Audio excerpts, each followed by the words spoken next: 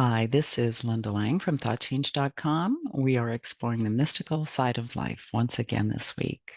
Today, I have a question I posed to spiritual teacher Maetreyii Ma that I would like to share with you. It's about challenges on the spiritual path. So please stay tuned. Welcome to Exploring the Mystical Side of Life with your host, Linda Lang. Can you share one of your struggles through your own transformation process? Yes, I can.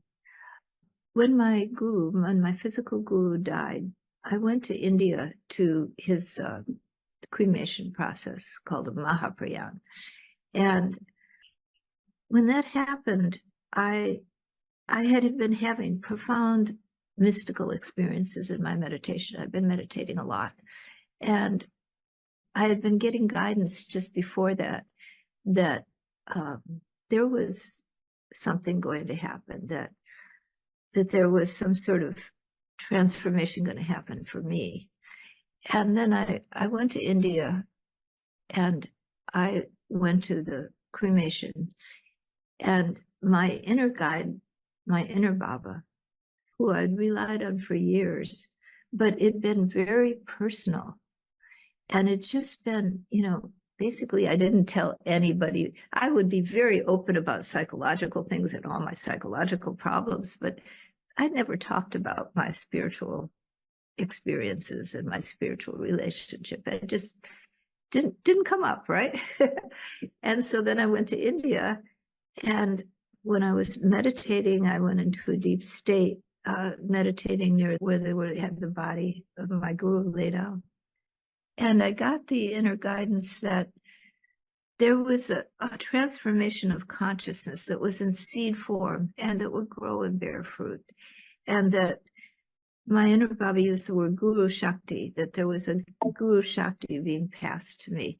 And I went, what is that? I don't even know what the word means, but I felt like, what is that? And then what happened, I went through a big struggle about rejecting that idea. Like, no.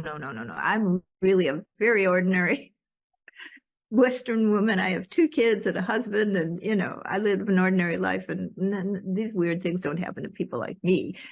And I kind of rejected the idea. And I went home and I had a lot of grief about my guru's passing, because I felt that that body anchored that presence, that divine presence in the world for me. It was a lot of grief for me to have that live, even though the Baba was still with me in the spiritual form. I still felt that divine doorway there. But I felt huge amounts of not only grief, but doubt and fear. And I just went into, no, this can't be real. There's something in seed form that's going to grow and bear fruit. What is he talking about? I've finally gotten delusional, and I think I'd had that fear of going crazy my whole life, that, who listens to inner voices, right? But of course, in this day and age, we know more that divine voices are there. But when that first started for me, that was culturally, I didn't know anything about that. And it scared me. And so when this came and I was to do something, it challenged my whole reality frame, where I just kept my whole spiritual thing under wraps, right? So now something was going to happen, and I thought, oh, I finally went off the deep end. And so I just rejected it. I was a psychologist working at a developmental center.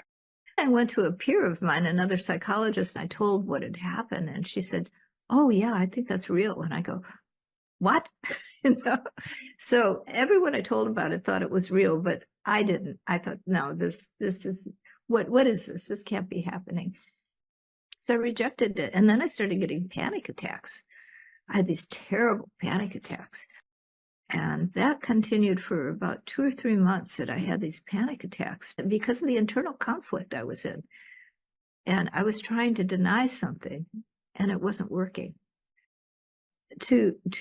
I would say, to be in alignment with my culture, my belief system about myself.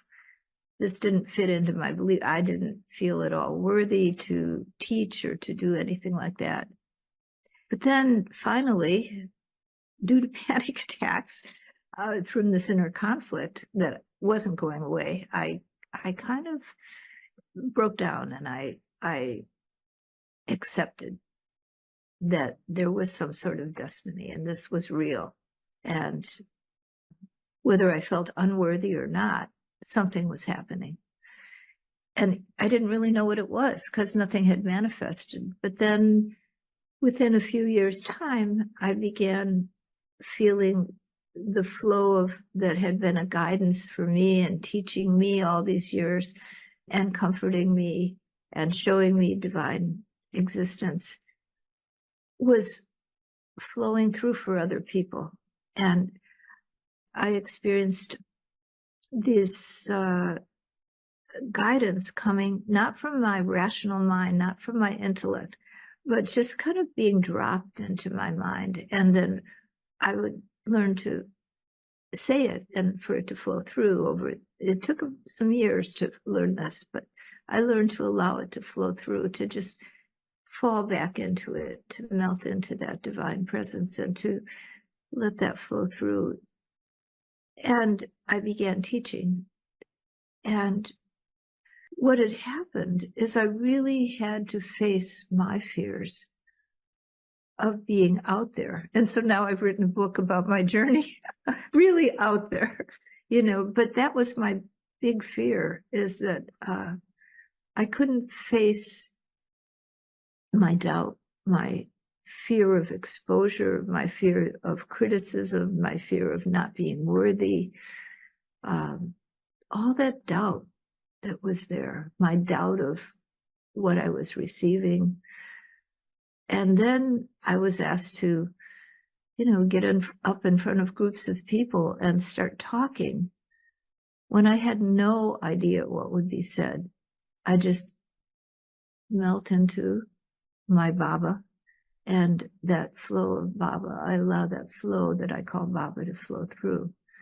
I don't call it channeling, though, because to me, channeling is a connection with another entity. Well, maybe it's a kind of channeling, but it's a channeling of divine presence, I feel. Because to me, Baba is not an entity. He's a doorway. He's an embodiment of divine being for in the way it's come to me. So you talked about how your panic attacks were an expression of that inner conflict. So what do you think about depression, anxiety, and the emotional pain that so many people are going through? Is that a wake-up call from their soul? Yes. I think that, divine grace comes in many forms. And sometimes it comes in a form that lets us know we're not on the right path. And in our culture, there are two things that really, I think, contribute to mass depression and anxiety. Our lives are very unstable. Our rooted, grounded village thing that we are used to for 40,000 years of human development is very disturbed. Our family systems are disturbed. So naturally, we're more fearful. For many of us, anxiety comes up, and sorrow and depression come. Now, they can be biological in our body, but they can also, there's a biology part of it, but there's also the call of our soul. Everyone needs meaning. We need meaning. We need purpose. We need Dharma. We need our direction towards the one. And when we're off from that, we lose our way. And we don't have a sense of greatness in our life, a sense of purpose, a sense of going forward. We become discouraged. We become depressed. we can get afraid when everything seems so unstable. And it is that infinite relationship we have that is the real shelter in the storm.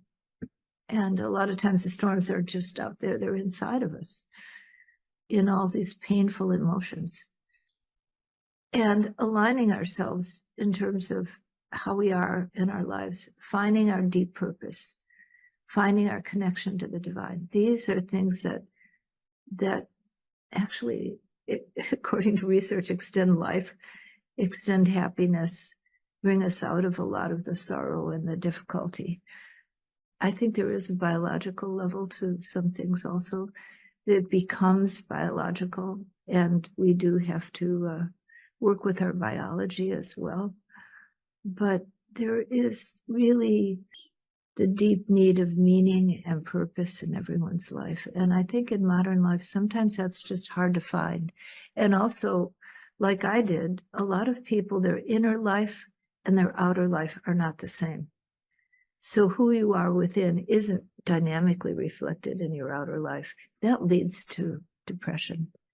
But the ultimate healing is connected to your Dharma, your connection to the great, and to your personal Dharma, your expression of your inner person out in the world with purpose and meaning.